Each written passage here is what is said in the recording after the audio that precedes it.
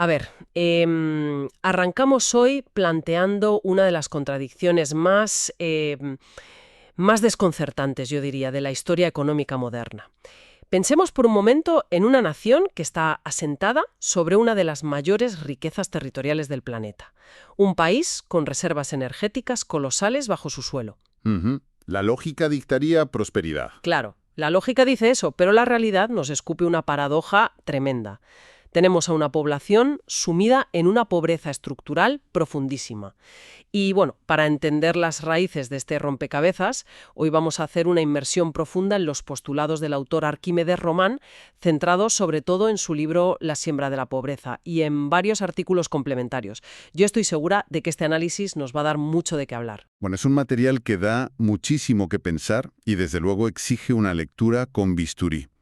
El objetivo de este análisis de hoy no es repasar las fechas de la historia petrolera de Venezuela como si fuera un temario de instituto, ni mucho menos. No, claro, no se trata de aburrir con datos. Exacto, la misión es diseccionar la arquitectura institucional que hizo posible esta crisis monumental. Vamos a desarmar el concepto del Estado Rey, cuestionar los pilares de figuras históricas que parecen intocables y analizar 6 momentos críticos donde todo el sistema pudo dar un giro. Y lo haremos, como siempre, manteniendo una lente estrictamente objetiva. Eso es fundamental. Es decir, evaluando el diseño institucional y económico que exponen los textos totalmente al margen de partidismos políticos o ideológicos. Vamos a limitarnos a lo que argumentan las fuentes. Me parece perfecto. A ver, entremos de lleno en ese concepto fundacional, porque el autor articula todo su argumento en torno a lo que él denomina el Estado Rey. Y por lo que se desprende de las fuentes, no hablamos simplemente de un gobierno grande o burocrático, sino de un ente hipertrofiado que no necesita en absoluto el esfuerzo productivo de su sociedad para enriquecerse. Ujú. El matiz clave aquí, fíjate, es cómo altera la ecuación básica. Román vincula esta patología con la idea del Estado impropio que ya esbozaba Adam Smith hace siglos. En un escenario tradicional y sano, digamos, la sociedad civil trabaja, innova, genera riqueza y mediante el pago de impuestos financia el aparato estatal. O sea que el Estado es un empleado de los ciudadanos. Totalmente. Rinde cuentas porque vive literalmente de sus bolsillos, para proveer justicia, seguridad, infraestructuras, lo básico. Pero claro, el texto señala que en el modelo venezolano esa pirámide se invirtió por completo. Al ostentar el monopolio absoluto sobre la renta petrolera, el Estado adquirió una independencia financiera total. Ya no necesitaba a la gente. Y cuando un Estado no necesita los impuestos de sus ciudadanos para subsistir, la relación de poder se fractura por completo. El texto argumenta que los ciudadanos y el sector privado pasaron a ser entidades dependientes.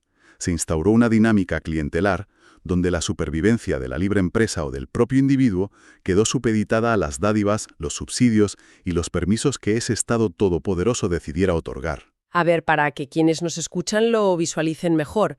Imaginemos un edificio de vecinos, donde de repente el administrador del bloque descubre que es el dueño legal de una mina de oro gigantesca, que está ubicada justo en los cimientos. ¡Ostras! Es un ejemplo muy gráfico. Claro, es que de un día para otro, este administrador ya no necesita cobrar la cuota de la comunidad para pintar las paredes o arreglar el ascensor, le sobra el dinero. Y a cambio empieza a repartir pequeñas pepitas de oro a los vecinos que no le causan problemas. Y evidentemente nadie le va a exigir ver las facturas del gas. Exacto.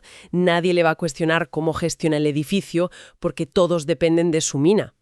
Y ahí tenemos la radiografía perfecta del rentismo petrolero. Esa analogía ilustra el núcleo del problema a la perfección.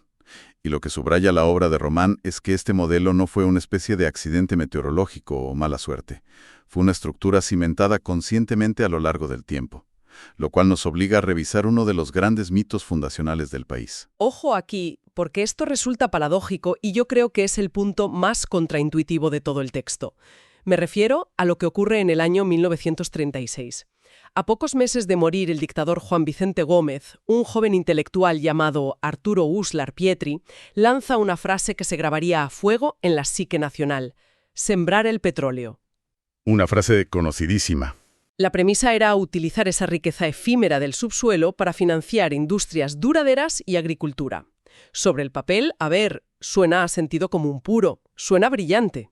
La frase es brillante sin duda, Pero la lupa de Arquímedes Román nos obliga a leer la letra pequeña de ese exhorto histórico. Uslar Pietri se definía a sí mismo como un pensador de corte liberal. Sin embargo, el análisis sostiene que en ese momento crucial actuó situacionalmente como un socialista. Pero vamos a darle una vuelta a esto porque ¿cómo llega el autor a esa conclusión? Si lo que pedía era diversificar la economía, ¿dónde está el sesgo estatista? Pues el sesgo está en quien sostiene la regadera, digamos. Al pedir que se sembrara la renta, Uslar Pietri no cuestionó en ningún momento quién debía ser el dueño de la semilla. Asumió como un dogma totalmente intocable que el Estado debía mantener el monopolio del recurso. O sea que le dio todo el poder al administrador del edificio. Exactamente. Recomendaba gastar el dinero con inteligencia, por supuesto, pero entregándole todo el capital a un único sembrador que era el aparato estatal. No se planteó transferir parte de esa riqueza directamente a los ciudadanos o a pequeños propietarios privados para que ellos fueran los verdaderos motores de esa siembra. Tela con el matiz. Tela porque años después vemos que esta lógica no fue un caso aislado. Las fuentes introducen a Rómulo Betancourt, probablemente el líder civil más influyente del siglo XX en ese país. En 1956 publica el libro Venezuela, Política y Petróleo.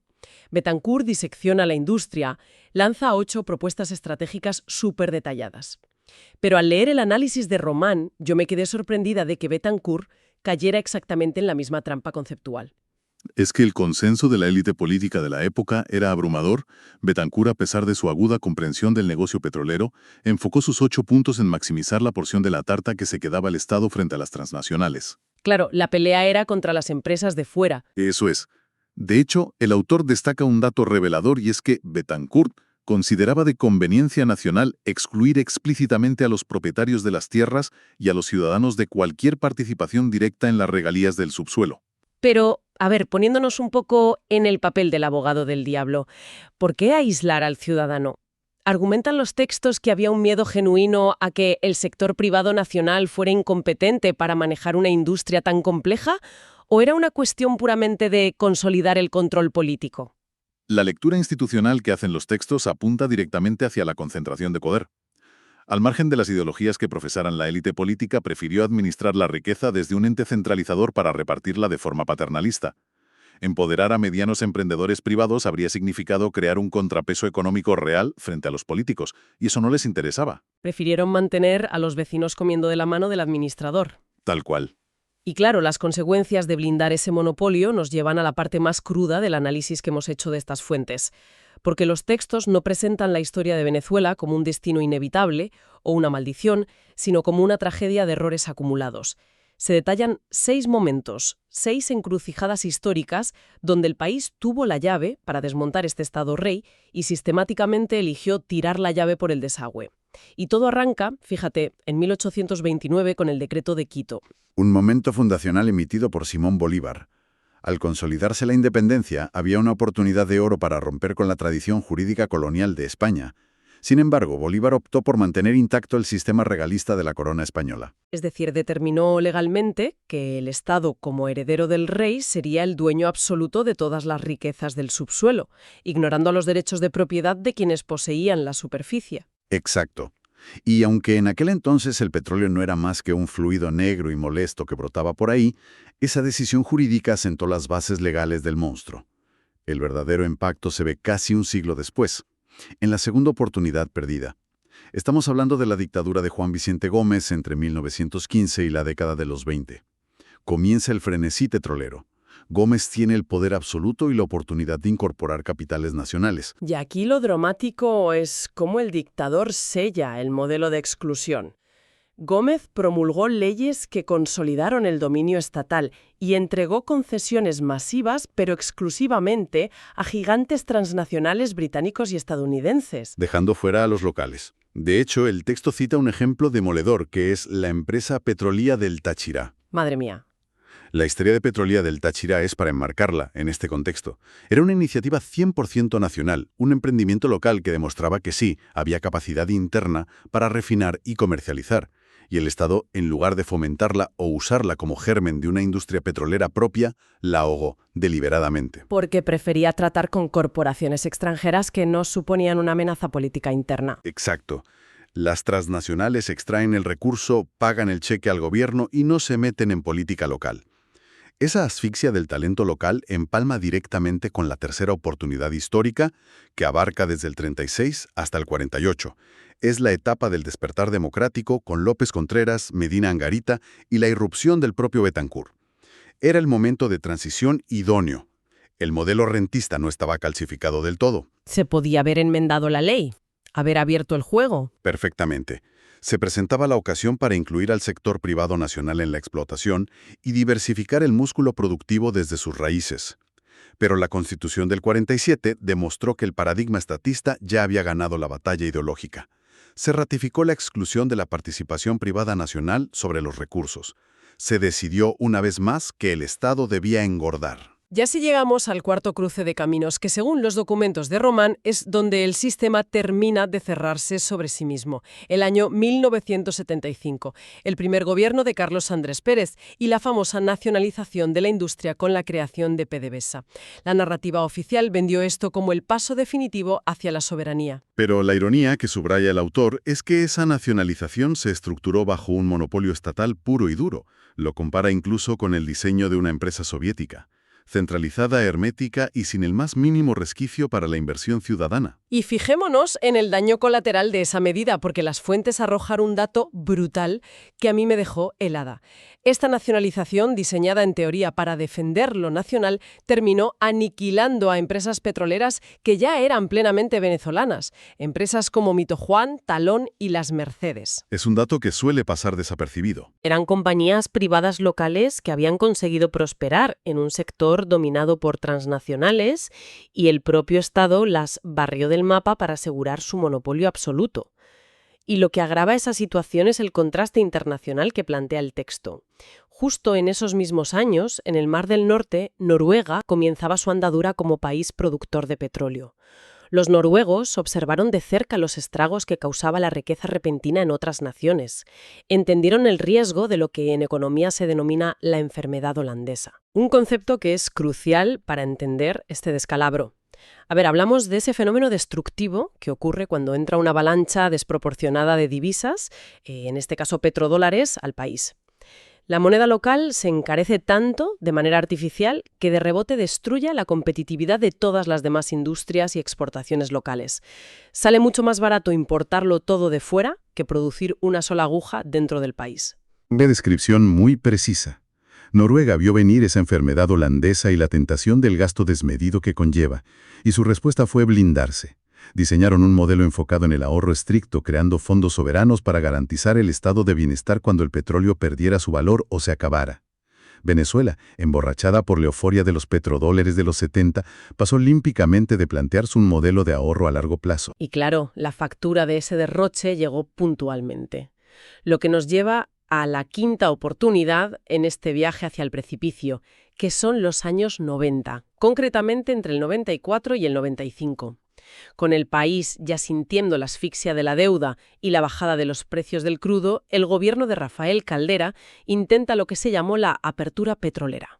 Era un plan para reactivar la industria con la meta de alcanzar los 6 millones de barriles diarios. Se permitió el retorno del capital y la tecnología extranjera, bajo la figura de convenios operativos y ganancias compartidas, que eran especialmente vitales para desarrollar la faja del Orinoco.